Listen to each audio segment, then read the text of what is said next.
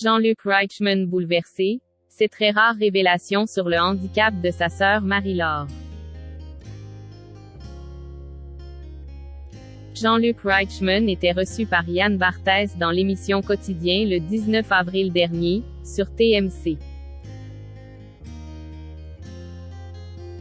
L'occasion pour lui de faire quelques révélations sur sa sœur Marie-Laure qui souffre d'un handicap. Objeco vous donne tous les détails. Il s'est confié avec beaucoup de sincérité et d'humanité. Le présentateur Jean-Luc Reichmann était sur le plateau de Quotidien le 19 avril dernier. Le présentateur vedette de TF1 en a profité pour faire des confidences. Les confidences de Jean-Luc Reichmann. À l'occasion de cet entretien, il a parlé du rôle qu'il joue dans Léo Mattei, dont la 8e a commencé récemment. Il a d'abord indiqué être fier de jouer dans une série qui sensibilise les spectateurs aux dangers auxquels les enfants peuvent faire face. Subjugué par la prestation du présentateur, Yann Barthès n'a pas hésité à lui dire que sa voix dans la série est vraiment différente de celle que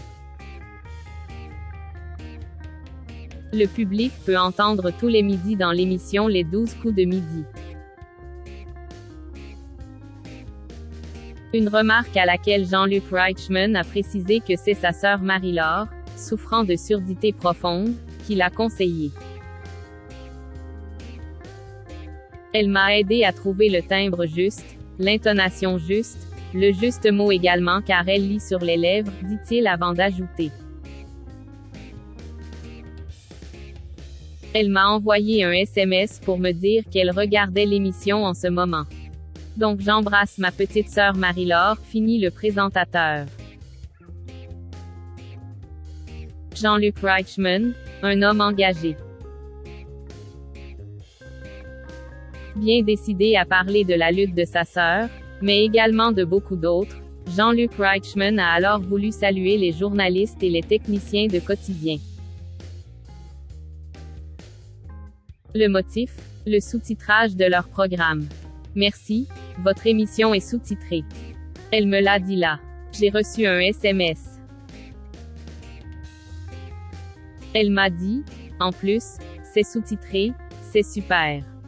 Donc merci à toutes vos équipes, dit-il. Un élément crucial pour le présentateur, qui se bat depuis longtemps pour que les personnes qui rencontrent le même problème, que sa sœur, puisse suivre la télévision dans de bonnes conditions. Sur le plateau de Yann Barthès, il a ensuite parlé du début de sa carrière. Au début quand j'ai commencé Les Amours, en 1995, je trouvais ça génial, c'était enregistré à Paris.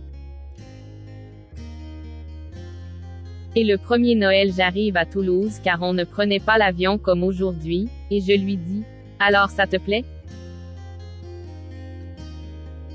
Elle me dit, ouais c'est vraiment super, c'est bien mais je n'ai rien compris car le programme n'était pas sous-titré, balance-t-il. Aider les personnes souffrant de handicap. Jean-Luc Reichmann s'est lancé dans un long combat qui a marché. C'était une folie à l'époque, au départ c'était très compliqué et maintenant toutes mes émissions, et beaucoup d'émissions de divertissement sont sous-titrées. Termine-t-il. Il faut savoir que ces dernières années, les institutions prennent de plus en plus en compte les personnes qui souffrent d'un handicap. Il y a même un secrétariat d'État. Les entreprises doivent aussi employer des personnes souffrant de handicap. L'idée est de permettre à tout le monde de pouvoir s'insérer dans la société. C'est un combat que mènent aussi de nombreuses associations sur le terrain avec peu ou pas de subventions. Jean-Luc Reichmann parle du combat de sa sœur. Ce n'est pas la première fois que le présentateur vedette de TF1 parle de sa sœur avec une grande sincérité. En avril 2019, il avait donné une interview à la revue Les Cahiers du handicap et avait parlé de la façon dont ses parents avaient su que Marie-Laure avait un handicap. C'est un peu tard. Elle riait à contretemps ou pas sur les mêmes choses que nous, elle ne comprenait pas ce que nous disions. Les premiers signes ont été un retard concernant le langage qui aurait dû alerter les experts. Néanmoins, ils nous ont dit de ne pas nous inquiéter, que la parole allait arriver. Mais il ne s'est rien passé, avait-il souligné. Jean-Luc Reichmann est un personnage très populaire qui a un large écho. En effet, l'homme est très suivi sur les réseaux sociaux. Le présentateur poste très souvent des photos et des vidéos.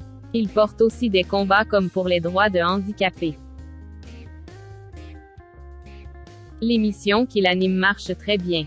Elle cumule des millions de téléspectateurs chaque midi. Les dirigeants de TF1 sont très contents. Jean-Luc Reichmann poursuit son travail avec beaucoup d'investissement.